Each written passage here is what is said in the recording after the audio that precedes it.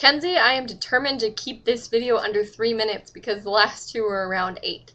Hi, it's Wednesday, and today we're talking about shaving our legs. Sort of. If you haven't watched Kenzie's video from yesterday yet, internet and YouTube and people of Twitter and Facebook and wherever the heck you might be coming from, please go watch that because I'm not giving you context.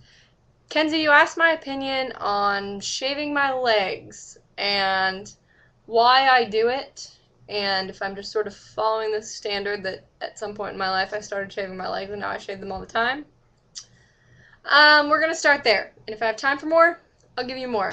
No, not really. I don't really shave my legs just because I started to at one point because someone told me to, because girls are supposed to shave their legs just like boys are supposed to shave their faces, albeit girls can start shaving their legs long before men can start shaving their faces.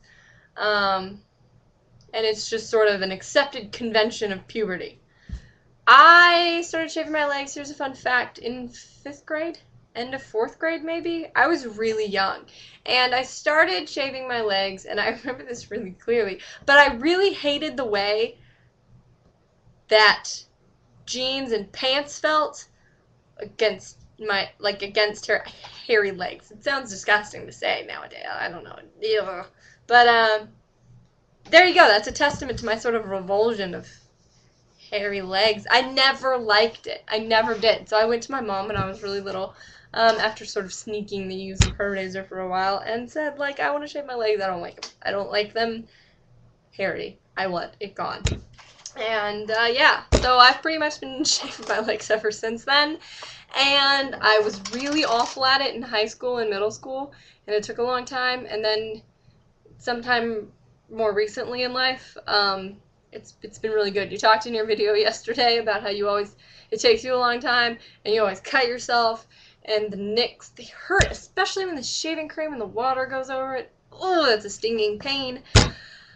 Yeah, I haven't cut myself, well, okay, I told you this last night, but I switched to using those Venus razors, disposable razors, because they were out of the kind of razor I used at the grocery store, and those are horrible. You will cut yourself every time with those razors. But until then, I hadn't cut myself shaving in, like, years. So yeah, there's that. Also, you mentioned wearing makeup. I'm wearing makeup today, but I very rarely do. You mentioned doing your hair. I did my hair today, but I very rarely do. You mentioned dyeing your hair. I dye my hair, and I love dyeing my hair, and people can just suck it if they don't like it. I like dyeing my hair. I think it's fun self-expression. And finally, wearing heels. Do short people wear heels because they have a complex? Maybe, but I wear heels. I love wearing heels. They're some of my favorite pairs of shoes, and I'm not short, so I'm not overcoming some sort of complex. And actually, I've worn heels since middle school. I love them. I used to wear them to school.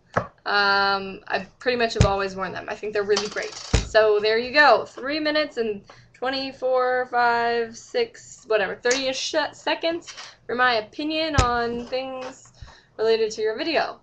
Basically, my takeaway for sort of any sort of beauty convention, we'll call them that, beauty standard, whatever, is that do what makes you feel great about yourself.